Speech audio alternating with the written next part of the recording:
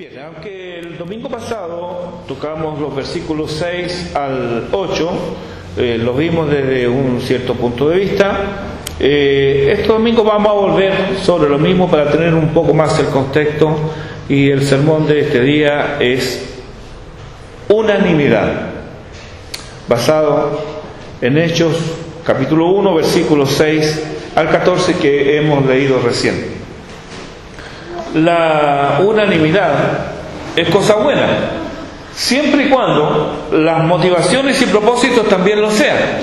Por ejemplo, hay unanimidad en las mafias, pero nadie podrá decir que es algo bueno, salvo que sea un delincuente. Pero no es una buena unanimidad esa. También sabemos que no porque haya muchos que piensan de determinada manera, necesariamente es correcta esa manera de pensar. Y eso, por supuesto, si no es correcto, no es algo bueno. Ahora, ni siquiera los creyentes escapamos a este axioma. Esta es la razón, o una de las razones, por las cuales sostenemos que la única guía infalible es la guía de la palabra de Dios, no la guía de los hombres o de un grupo de hombres, sino que es de la palabra de Dios. Porque aunque creyentes, seguimos siendo falibles. Y Dios quiso que nuestros padres nos pusieran sobre aviso de esto, cuando con ocasión de hacer pública su fe, y aquí me refiero a la Confesión Bautista de Fe de 1689, pusieron en el artículo 9, en el numeral 4, lo siguiente: cuando Dios convierte a un pecador y lo traslada al estado de gracia, lo libra de su servidumbre natural bajo el pecado, y por su sola gracia lo capacita para querer y obrar libremente lo que es espiritualmente bueno. Sin embargo, por razón de la corrupción que todavía le queda, no quiere ni perfecta ni únicamente lo que es bueno, sino que también quiere lo que es malo. Y para que no nos quede ninguna duda, porque a lo mejor párrafo muy largo, lo pasamos. Pero el numeral 5 del mismo artículo 9 dice: esta voluntad del hombre es hecha perfecta e inmutablemente libre solo para el bien, únicamente en el estado de gloria. Recordemos entonces, todavía hay corrupción en nosotros. Primera de Juan capítulo 1 versículo 8, que nos dice: si decimos que no tenemos pecado, nos engañamos a nosotros mismos y la verdad no está en nosotros. Aquí tenemos ahora a los discípulos. Vamos ahora a nuestro texto. Tenemos a los discípulos aquí. Ellos habían estado con el Señor 3 años y medio. Ellos le habían visto y le habían oído. Sus enseñanzas estaban frescas en su memoria.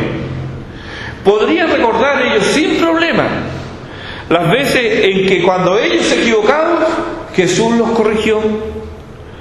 A horas de sufrir su pasión y muerte, estando el Señor en el aposento alto con sus discípulos, Él ora. Esta oración la encontramos ahí en Juan 17. Voy a leer solamente los versículos 7 y 8. Dice, en la oración del Señor: ahora, ora Él, han conocido que todas las cosas que me has dado proceden de ti. ¿Quiénes han conocido? Estos que están conmigo, los discípulos.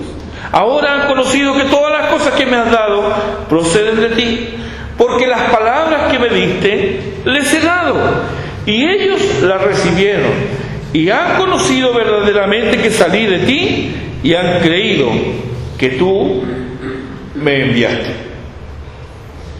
Teniendo en cuenta estos antecedentes, naturalmente damos por sentado que los deseos y actitudes de los discípulos, luego de la resurrección del Señor, no podían menos que encuadrarse dentro de lo que es la voluntad divina. Si ellos recién habían escuchado al Señor, habían recibido las palabras de Él, habían creído que esas palabras no eran de Él, sino que venían del Padre, entonces, con toda esa información, y después de 3 años y medio de estar con el Señor, indudablemente que lo que ellos pensaban y lo que ellos querían era hacer la voluntad de Dios. Pero nos equivocamos. Y aquí vemos cuánto nos parecemos a ellos. Porque voluntariosos e incrédulos pretendemos hacer la voluntad de Dios sin consideración a otro criterio que nuestros propios deseos. ¿Se entiende? Si yo quiero hacer algo, esto es para Dios y esto es bueno. ¿Por qué razón? Porque yo lo quiero. Si hasta me parece escuchar la reprensión del Señor, corrigiendo, en este caso mi actuar, cuando le dice a los peregrinos de Emaús, en Lucas 24-25, oh insensatos y tardos de corazón para creer todo lo que los profetas han dicho. Y aquí vamos a hacer un breve paréntesis. Para creer todo lo que los profetas han dicho. ¿Y qué pasa si yo ignoro lo que los profetas han dicho? ¿Se dan cuenta que nuestro énfasis no puede ser el Nuevo Testamento? Que en virtud de estas palabras nuestro énfasis debe ser toda la palabra de Dios, partiendo desde Génesis hasta Apocalipsis. El Señor nos corrige y les dice: insensatos y tardos de corazón para creer todo lo que los profetas han dicho. La incredulidad es mala, pero si a eso le unimos la ignorancia, ¿se imagina? Si la luz que hay en nosotros es tinieblas, ¿cuántas no serán las mismas tinieblas? Ahora multiplique este actuar en varios creyentes, no uno que además de incrédulo es ignorante, sino muchos que son incrédulos e ignorantes. ¿Por qué incrédulos? Porque no creen todo lo que escribieron los profetas. ¿Y cómo pueden creer si no lo han leído? No saben. Ahora, tenemos un grupo de muchos creyentes que son ignorantes y son incrédulos.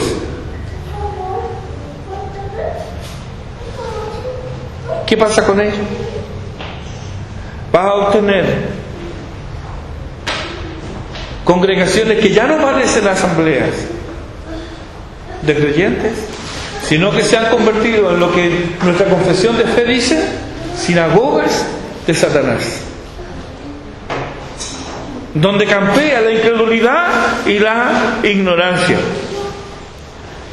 Ya en ellos no brilla la luz de Cristo, y la luz del Evangelio se ha extinguido. La luz no alumbra, la sal no sana, el árbol no da fruto, o si da fruto no da buenos frutos. ¿Pero qué otra cosa se puede esperar? Por tanto os digo, dice el Señor en Mateo 21:43, que el reino de Dios será quitado de vosotros y será dado a gente que produzca los frutos de Él. Esta es una palabra de juicio. ¿Y cuáles son los frutos del reino? ¿Cuál es el principal fruto del reino? El arrepentimiento. Donde no hay arrepentimiento, no hay frutos dignos del Evangelio. Estos también, entonces, están unánimes en su ignorancia y en su incredulidad. Unánimes, pero están unánimemente equivocados. Están unánimes en el error. nuestro pasaje dos errores comunes, aún en nuestros días, y el tipo de unanimidad que Dios desea para los suyos. Eso es lo que vamos a ver en este pasaje del capítulo 1 de Hechos, los versículos 6 al 14. En primer lugar, veamos el error número 1, que en los versículos 6 al 8, activismo y legalismo. Así le puse y ya van a entender usted por qué. La pregunta es: ¿restaurarás el reino de Israel en este tiempo? Dijimos el domingo pasado que esta pregunta estaba teñida de nacionalismo. Cada pueblo incuba un orgullo de ser como es y lo que son. Israel no es la excepción. Y contribuía a ello el hecho que Dios mismo les había elegido a ellos. En Deuteronomio capítulo 7, versículos 6 al 8, dice: Jehová tu Dios te ha escogido. Mire qué privilegio. Jehová tu Dios te ha escogido para hacerle un pueblo especial, más que todos los pueblos que están sobre la tierra.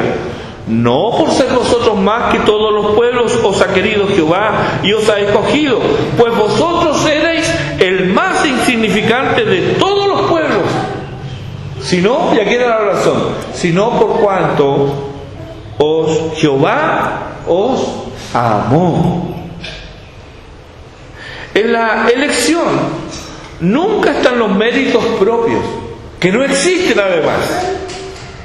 En la elección, antes y ahora, solo está el amor de Dios. La elección entonces, antes y ahora, solo es posible y está basada en el amor de Dios. Los judíos rápidamente olvidaron esto, y a la responsabilidad que emana de un corazón agradecido se le dio lugar a la frialdad propia del orgullo. Y del orgullo al desprecio solo hay un paso. Dios nos eligió a nosotros, dicen hasta el día de hoy ellos. Porque, y la razón que ellos dan, porque somos mejores. El texto no dice eso. El texto de Deuteronomio dice que Él los escogió porque los amó, no porque sean mejores. Sin embargo, ellos hoy día dicen: Dios nos escogió porque somos mejores. Por consiguiente, ¿quieres ser mejor? Entonces tienes que ser como nosotros. Porque Dios nos escogió porque somos mejores. Entonces, si tú quieres ser mejor, tienes que ser como nosotros. ¿Qué oportunidad pensaban ellos ahora? Estamos hablando ahora de los discípulos. Ahora que el Mesías resucitó, seguramente nos será restablecida la soberanía nacional. Ya no estaremos sujetos a estos paganos romanos. Tendremos un reino como nuestros padres en días del rey David. Eso era lo que ellos anhelaban: la independencia, el poder manejarse según sus propias leyes y tener, cierto, un rey, ojalá como el rey David, a quien ellos amaban y lo tenían en su mente como lo más grande que tenía Israel. Para esto trabajaban afanosamente los fariseos. Y los escribas enseñaban según lo que habían oído de sus ancianos. Ellos no enseñaban la ley del Señor. Ellos enseñaban las interpretaciones de la ley del Señor. A fin de cuentas, ¿y por qué lo hacían? Porque estaba escrito en Daniel capítulo 12, versículo 3, dice: los entendidos resplandecerán como el resplandor del firmamento, y los que enseñan la justicia a la multitud como las estrellas a perpetua eternidad. ¡Qué privilegio este! Entonces ellos se dedicaban ¿a qué? A enseñar. Ellos sí discipulaban y no ponían reparos en esfuerzo en hacerlo. Pero nada de esto, el tema del reino, nada de esto se cumpliría si estaban sujetos a un yugo extranjero. Debían ser libres. Y aquí está la pregunta de ellos entonces: por eso, Señor, ¿Restaurarás el reino ahora? ¿Ahora viene el reino? ¿Es ahora que dominaremos y reinaremos en tronos tal como tú lo has prometido? Esto seguramente exigirá trabajos, sacrificios, pero no importa, estamos dispuestos con tal de reinar y señorear sobre las naciones. Eso estaba en sus pensamientos. El Señor conoce los corazones y sabe de la propensión de los hombres al activismo desenfrenado. Y esto brota cuando se cree que se hace para Dios. El activismo desenfrenado brota cuando se cree, brota y crece cuando se cree que se está haciendo para Dios.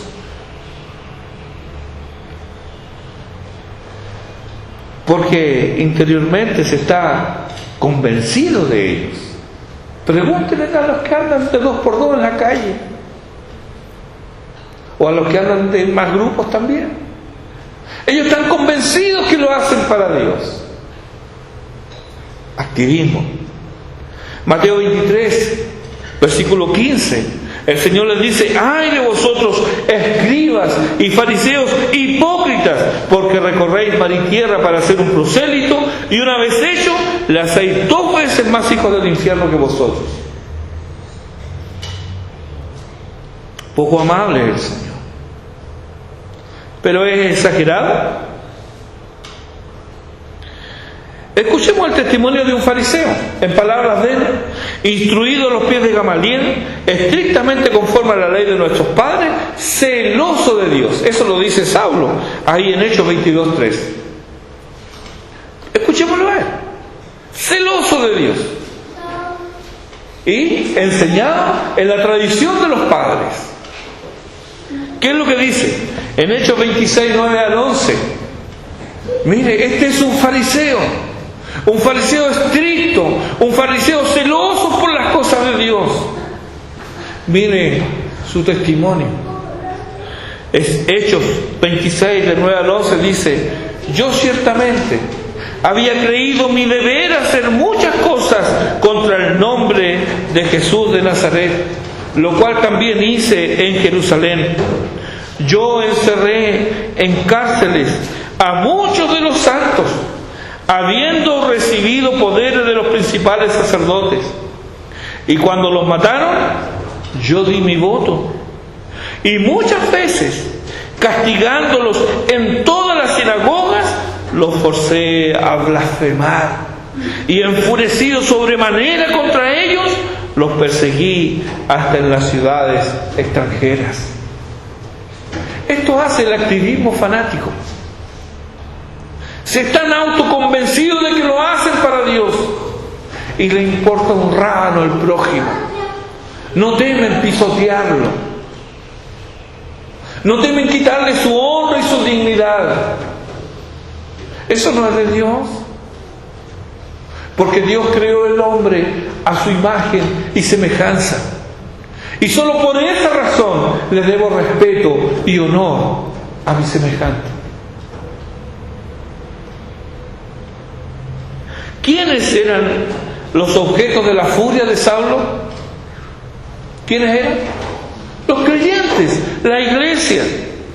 No en la religión de obras, sino aquellos que creían en la gracia de Dios. Esos eran los objetos de la furia de Saulo.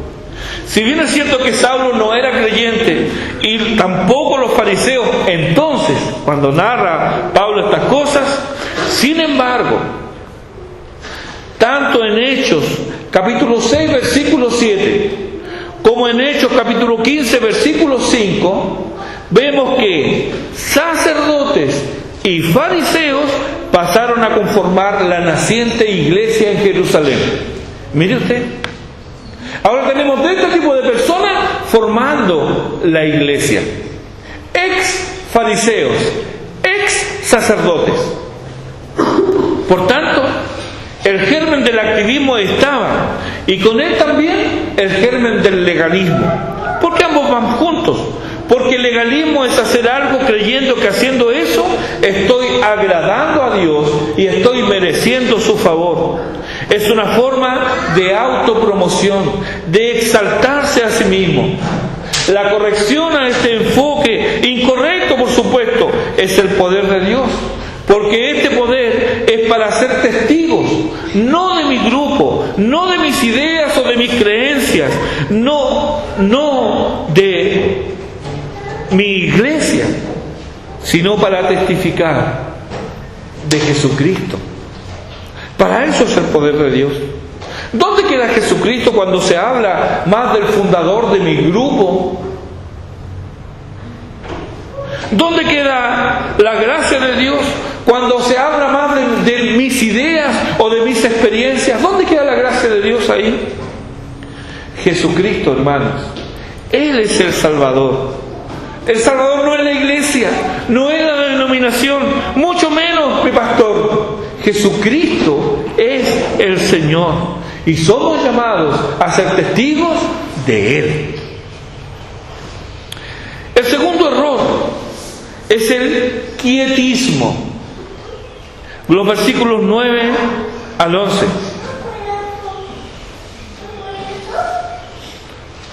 Los textos de Hechos y el de Lucas 24 son complementarios. Uno puede leerlos para tener una idea más acabada de lo que fue todo este momento de la ascensión del Señor. Son complementarios. Luego de asegurarles que recibirían poder en cuanto descendiera el Espíritu Santo, procede el Señor a bendecirles. Y mientras les bendecía, Jesús se fue separado de ellos y alzado arriba. Y tal como nosotros nos quedamos a veces mirando, ¿cierto?, los aviones cuando ascienden hasta que desaparecen en el firmamento, así se quedaron los discípulos maravillados. Imagínense, están conversando con el Señor que ha resucitado, que eso ya es increíble. Y el Señor durante 40 días les aparecía intempestivamente, sin necesidad de que hubieran puertas, porque a puertas cerradas igual se les aparecía. Durante 40 días compartió con ellos, comió con ellos. Y en ese momento que ellos están hablando y que el Señor les habla a ellos y que ora por ellos y les bendice, ellos observan que Él comienza a irse. ¿Cómo nos habíamos quedado nosotros ante esto? Mirando, ¿cierto? Tan maravillados, anonadados por esto. Es una experiencia fuera de lo común. Viendo a su Señor resucitado, ser levantado arriba. Estaban entonces embobados por la visión que tenían ante sus ojos. El amago de sus almas desaparecía. ¿Cuándo regresaría? Luego de resucitar, durante 40 días se apareció ante ellos en diversas circunstancias y lugares. Pero ahora había hecho algo que a todas luces era una despedida. Lucas 24:50 nos dice: y los sacó fuera hasta Betania y alzando sus manos los bendijo. Esto es algo que él no había hecho antes. En Galilea, en el lugar donde les da la gran comisión, él le había asegurado: he aquí yo estoy con vosotros todos los días hasta el fin del mundo. ¿Se fija cómo le dice? Yo voy a estar con ustedes todos los días, pero ahora están con el Señor y Él los bendice. Dice: momento, aquí esto es distinto. ¿Cómo será esto entonces? ¿Cómo va a estar el Señor con nosotros? ¿Cómo se cumplirá su palabra si Él ante sus ojos es alzado fuera de su vista? Recuerden, Él le había dicho: voy a estar con ustedes todos los días. Dios en su gracia condesciende muchas veces a las ideas que tienen sus hijos. Él se acuerda que somos polvo, que somos propensos a errar y que somos propensos a extraviarnos. Él envía ángeles a hablarle a los discípulos.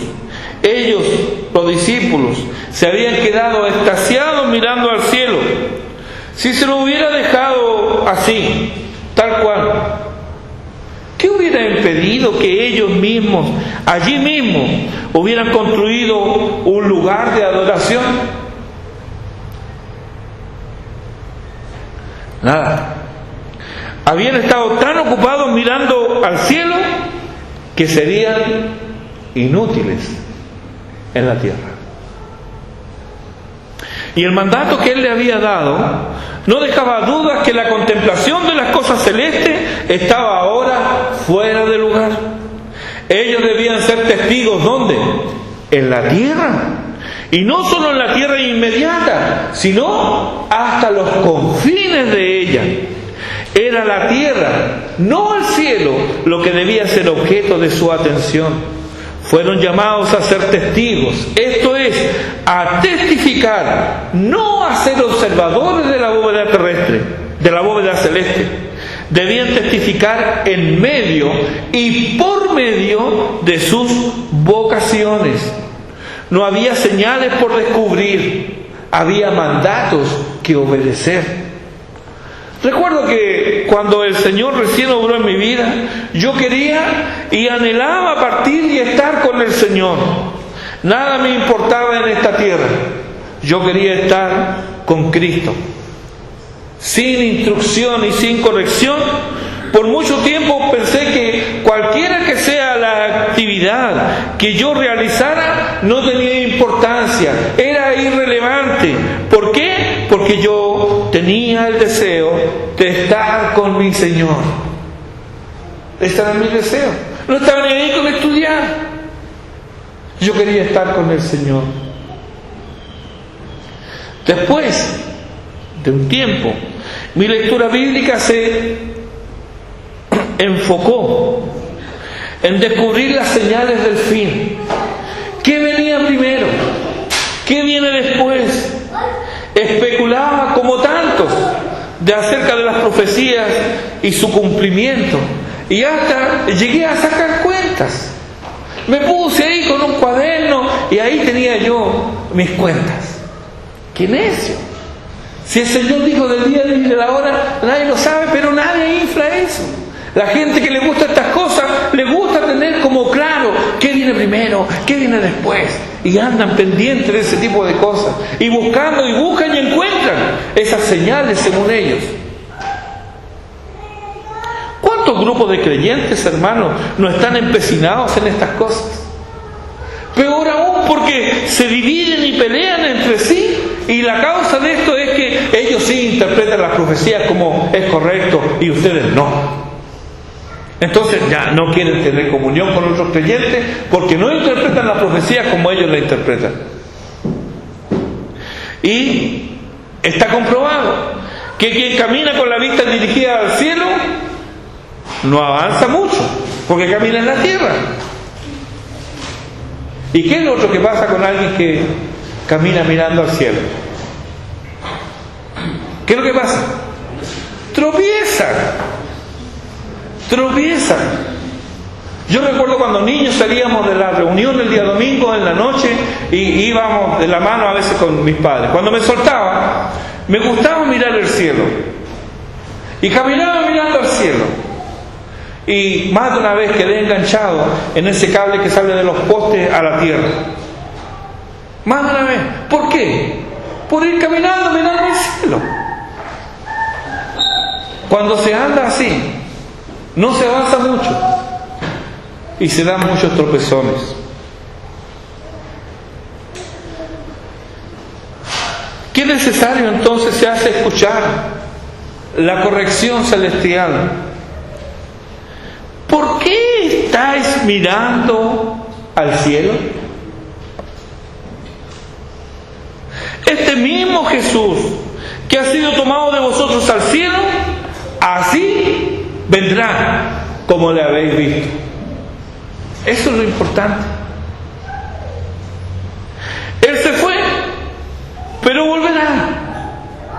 Y en el tiempo en que Él se fue y que Él volverá, ¿qué nos ha dejado? ¿Cuál es el vicario de Cristo? El Espíritu Santo.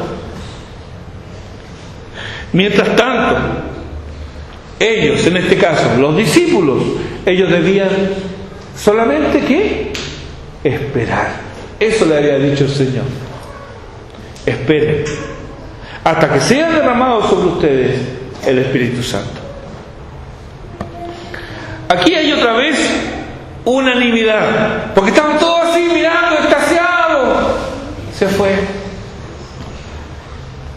Tan unánimes. Hay unanimidad, pero basada en actitudes erróneas. Ellos estaban unánimes, con los ojos puestos fijos en el cielo. Estaban equivocados. ¿Dónde están puestos ahora nuestros ojos? ¿En el Jesús celestial y ascendido vivimos mirando el cielo? ¿O en la tarea que Él nos dejó a cumplir hasta que Él vuelva por ti? ¿O vuelva por nosotros? ¿Dónde están puestos tus ojos? Porque aunque nuestra ciudadanía está en los cielos, dice Pablo a los Filipenses, de donde también esperamos al Salvador, al Señor Jesucristo, le dice a los Corintios que somos embajadores en el nombre de Cristo, como si Dios rogase por medio de nosotros, os rogamos en nombre de Cristo, reconciliados con Dios. Esa es una tarea. Y es una tarea a realizar en esta tierra hoy día. Conociendo pues, dice el apóstol Pablo en 2 Corintios capítulo 5 versículo 11, conociendo pues el temor del Señor, ¿qué es lo que hacemos? Persuadimos a los hombres. Hay una labor de persuasión por delante. Hay una tarea que Él nos encomendó. Y esa tarea se puede hacer y se debe hacer. ¿Por qué? Porque Dios ha derramado su Espíritu Santo, y el poder del Espíritu de Dios entonces es el que nos lleva a testificar de Cristo. Conociendo el temor del Señor, persuadimos a los hombres. Nuestra tarea entonces, aquí, nuestra tarea no es relacionarnos indebidamente con el mundo celestial, ni investigar lo que Dios ha guardado para sí. El domingo pasado hablamos de Deuteronomio 29:29. Las cosas secretas pertenecen a Jehová nuestro Dios, y las reveladas son para nosotros y para nuestros hijos. Hay cosas que Él se ha guardado para sí, en los cuales no somos invitados nosotros a investigar. Nuestra tarea es dar testimonio del Evangelio, testificar de Cristo y anunciar a los hombres las buenas nuevas de salvación hasta que Él regrese. Pero no te confundas, no todo es hablar. Tito, capítulo 3, versículo 8, solamente un texto. Hay muchos de estos textos, pero vamos a leer solamente uno para redimir el tiempo. Tito, capítulo 3, versículo 8 dice: palabra fiel es esta, y en estas cosas quiero que insistas con firmeza, para que los que creen en Dios, Él me habla a mí, porque yo creo en Dios. ¿Tú crees en Dios? Entonces te habla a ti también. Esta es una palabra fiel. Y en esta nos insisten con firmeza, para que los que creen en Dios, ¿qué dice? Procuren ocuparse en buenas obras. Procuren ocuparse en buenas obras. No todo es testificar de Cristo. Debemos hacerlo, claro que sí. Amén. Estamos obedeciendo el mandato de Dios, pero también nos dice la Escritura que debemos ocuparnos en buenas obras. ¿Por qué dice? Estas cosas son buenas y útiles a los hombres. Y el apóstol Pablo, el apóstol Pedro, nos dice de que haciendo el bien, hacemos callar la ignorancia de los hombres insensatos. Es un mandato también de hacer el bien, de hacer buenas obras, porque esto da gloria a Dios. Y estas buenas obras adornan la doctrina del Evangelio. Entonces hay una tarea por delante que no tiene nada que ver con quedarse en completa contemplación, mirando solamente a los cielos. Algunos lo entendieron en algún tiempo así, y hasta hoy día hay algunos que entienden que esa es la vida piadosa, una vida de contemplación, y se encierran en un monasterio donde no tienen contacto con el mundo. Creen que hacen la voluntad de Dios, pero son inútiles, una verdadera carga y un lastre para la humanidad, porque es gente improductiva en su gran mayoría. Dios nos ha dejado tareas hasta que Él venga. Ni el activismo desenfrenado que nos va a llevar a un leganismo porque vamos a despreciar al que no hace lo que nosotros hacemos. Eso es equivocado. Aunque lo hagan muchos, está equivocado. Pero el quietismo, el estar solamente pensando en las cosas espirituales sin tener una mente tan ocupada en las cosas celestiales que somos inútiles en las cosas de la tierra. No, hermanos, son dos errores. Pero entonces veamos qué vale la unanimidad que Dios desea para los suyos. Y la tenemos aquí en los versículos 12 al 14. En Hechos capítulo 1, versículos 12 al 14 dice: entonces volvieron a Jerusalén desde el monte que se llama del Olivar, el cual está cerca de Jerusalén, camino de un día de reposo. Y entrados subieron al aposento alto donde moraban Pedro y Jacobo, Juan, Andrés, Felipe, Tomás, Bartolomé, Mateo, Jacobo, hijo de Alfeo, Simón el celote y Judas, hermano de Jacobo. Todos estos perseveraban unánimes en oración y ruego con las mujeres y con María, la madre de Jesús, y con sus hermanos. Me gusta mucho cómo termina el Evangelio de Lucas, en Lucas 24, los versículos 52 y 53. Ahí dice: ellos, después de haberle adorado, volvieron a Jerusalén con gran gozo y estaban siempre en el templo, alabando y bendiciendo a Dios. Amén. Termina el Evangelio de Lucas. Escuchar a su Señor y le adoran. Adorar es obedecer. No nos engañemos pensando que adoramos si estamos en desobediencia. Adorar conlleva gozo. Y aunque la adoración y el gozo pueden ser privados, ¿cuánto más se incrementará si Él ordena a los suyos reunirse? La adoración colectiva multiplica el gozo. El Dios lo sabe esto. Por eso hará todo lo posible para que no cumplas lo que Dios ordena.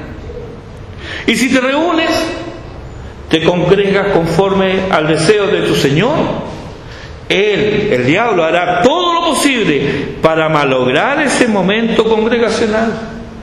¿Cuántos no hay que comienzan a sentirse mal el fin de semana y el lunes ya están bien? ¿Les ha pasado a ustedes? A mí me ha pasado. Me empiezo a sentir mal misteriosamente el día sábado. Y unos dolor de cabeza que parece que se me va a partir. Y no consigo dormir bien. ¿Y cuándo cree usted que me da sueño? A la hora que tengo que levantarme. Pero eso se pasa automáticamente el día lunes. Estoy como tú. Me ha pasado. ¿Quién no ha experimentado disgustos y discusiones de última hora? Los que son casados saben de esto. Aún están toda la semana bien y llega el viernes y comienza un problemita. Y el sábado se hace mayor. ¿Y qué es lo que pasa con eso? Que el domingo o vienen disgustados al culto, o uno de los dos no viene, o ninguno de los dos viene. Tan enojados, tan disgustados. Recuerdo, hermanos, que con hijos pequeños, estando listos para partir a congregarnos, nosotros teníamos 4 en hilera, estando listos para irnos a la reunión, al menor de los hijos se le ocurría ensuciarse. ¿A quién no le ha pasado? Dígame usted, mamá. Recién mudado el niño y lo va a sacar.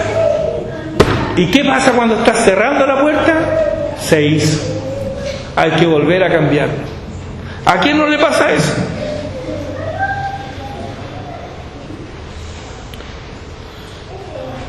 Si no es así, los hijos son usados como factor de distracción. O tú mismo te distraes y no prestas atención. Puedes estar de cuerpo presente, pero ausente. En todas estas cosas, tú te estás congregando, pero no estás unánime. No era así con los apóstoles. Ellos habían recibido la orden de esperar juntos y así lo hicieron. Y en este propósito le acompañaron también algunas mujeres. Algunas no son mencionadas por Lucas. En Hechos capítulo 8, los versículos 2 y 3 nos dice que María, que se llamaba Magdalena, había más de una María, por supuesto, y aquí nos la identifica, María de Magdala o María Magdalena. Juana, ¿quién era esta? Era la esposa de Chuza, que era intendente de Herodes. Mire, alguien de la aristocracia, digamos así.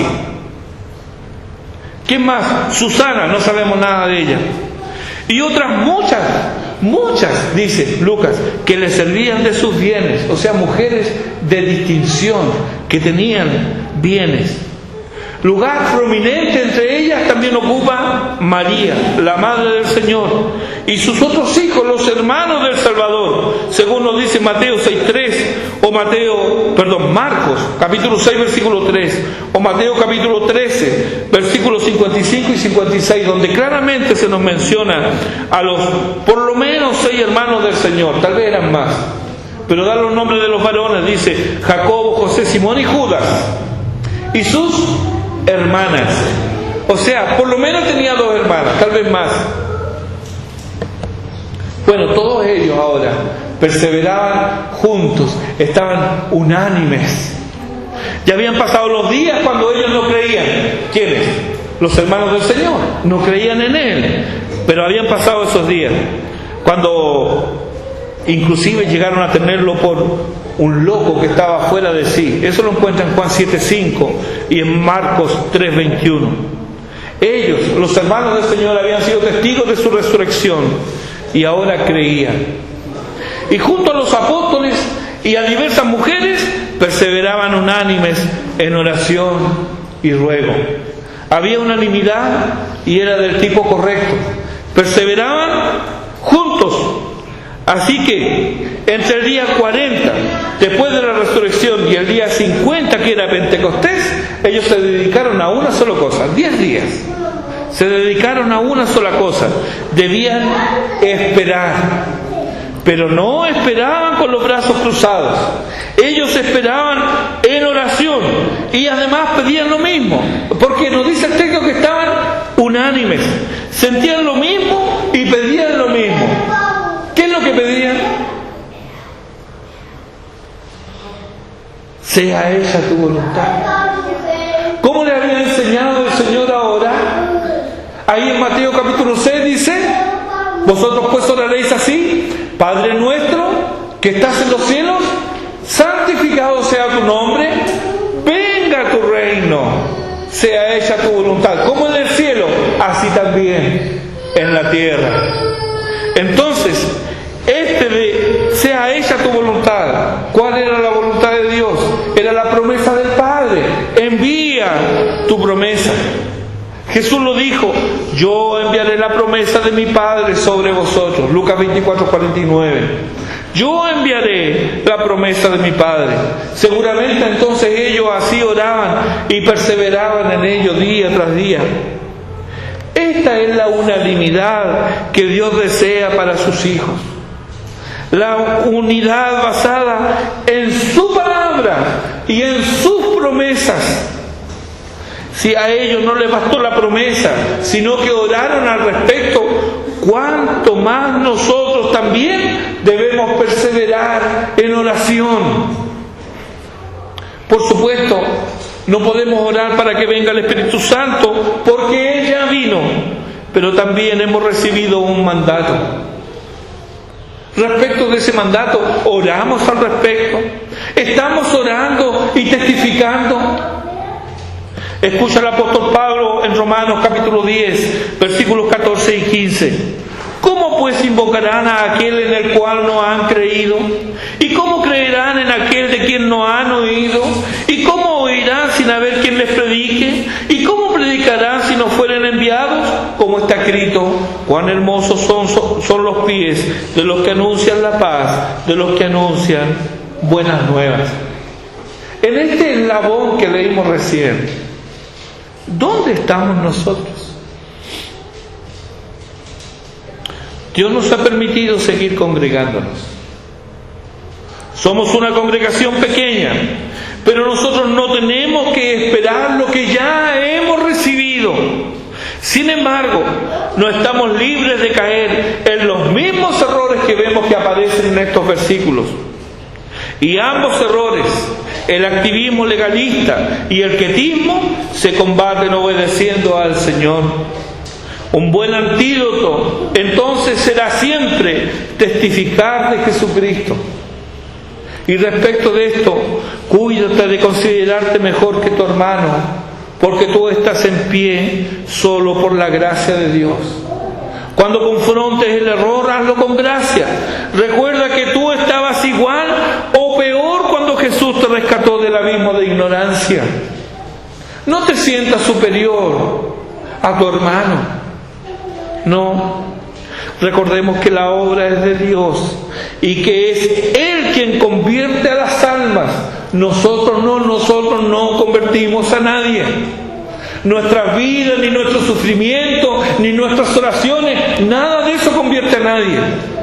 El que convierte a las almas es el Espíritu de Dios. Sin embargo, hermanos, tienes el honor y el privilegio de ser su boca aquí en la tierra. Eres su portavoz. Somos embajadores y en territorio enemigo. No estamos en un territorio amigo, estamos en un territorio que no es hostil.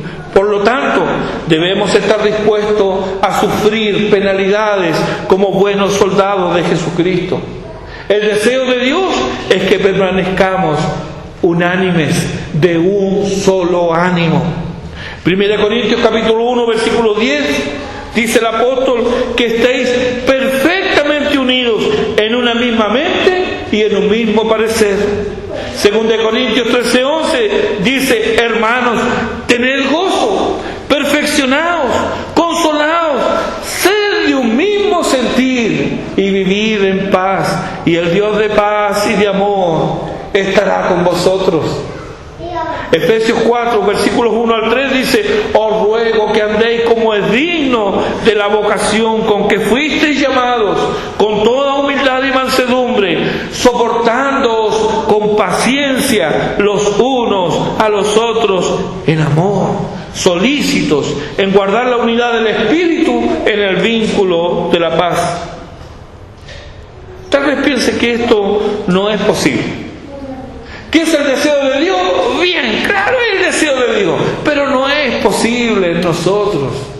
Somos tan dados a la controversia, tan dados al egoísmo, tan dados a creernos superiores a otros. Es imposible que haya unidad en medio nuestro. Yo pensaría igual si creyera que el Padre no oirá la oración de su Hijo. Tal vez ignore la mía, que no la ignora, hermanos. Él no ignora las oraciones de sus hijos, pero ciertamente Él oirá la oración de mi Salvador. ¿Hay duda de que Dios Padre no escuchará la oración de su Hijo? ¿Verdad que no? Él va a escuchar esa oración y Él la va a responder, porque yo le pertenezco a Él y tú también. Y Él intercede por nosotros. Juan, vamos a Juan, capítulo 17, y con esto terminamos. Juan capítulo 17, los versículos 15 al 26. Acompáñeme en la lectura poniendo el sentido. Estaba orando el Señor. Estaba a hora de ser sacrificado por tus pecados y por los míos. Él está orando allí, rogando, y Él dice: no ruego que los quites del mundo, sino que los guardes del mal. No son del mundo, como tampoco yo soy del mundo. Santifícalos en tu verdad, tu palabra es verdad. Como tú me enviaste al mundo, así yo los he enviado al mundo. Y por ello yo me santifico a mí mismo, para que también ellos sean santificados en la verdad. Mas no ruego solamente por estos, sino también por los que han de creer en mí por la palabra de ellos, para que todos sean uno, como tú, oh Padre, que también ellos sean uno en nosotros, para que el mundo crea que tú me enviaste. La gloria que me diste yo les he dado, para que sean uno, así como nosotros somos uno, yo en ellos y tú en mí, para que sean perfectos en unidad, para que el mundo conozca que tú me enviaste y que los has amado a ellos como también a mí me has amado. Padre, aquellos que me has dado, quiero que donde yo estoy, también ellos estén conmigo, para que vean mi gloria que me has dado, porque me has amado desde antes de la fundación del mundo. Padre justo, el mundo no te ha conocido, pero yo te he conocido, y estos han conocido que tú me enviaste, y les he dado a conocer tu nombre, y lo daré a conocer aún, para que el amor con que me has amado esté en ellos, y yo en ellos. Esta es la oración de nuestro Salvador. Esta es la oración que es imposible que el Padre no responda. En esa oración estás tú, estoy yo, y está cada creyente que ha sido unido a la iglesia del cuerpo de Cristo. Por lo tanto, hermanos, no miremos lo que son nuestras realidades, porque esas son equivocadas, esas son erróneas. La realidad es lo que Dios dice que es. Y la petición hecha por el Santo, hecha por el bendito Hijo de Dios, no puede ser más que respondida. Y allí estás tú, y allí estoy yo. Entonces, mientras nos guardamos del error, debemos perseverar en el bien hacer. Mientras nos guardamos del activismo irrefrenable, mientras nos guardamos del quietismo, de estar quieto y esperar solamente en la manifestación del Señor, debemos hacer lo que Él nos ha llamado a hacer: testificar de Cristo y hacer buenas obras para la gloria de Dios. Ese es el Evangelio. Eso demanda de nosotros, y en eso debemos estar unánimes para la gloria de Dios. En el nombre de Cristo.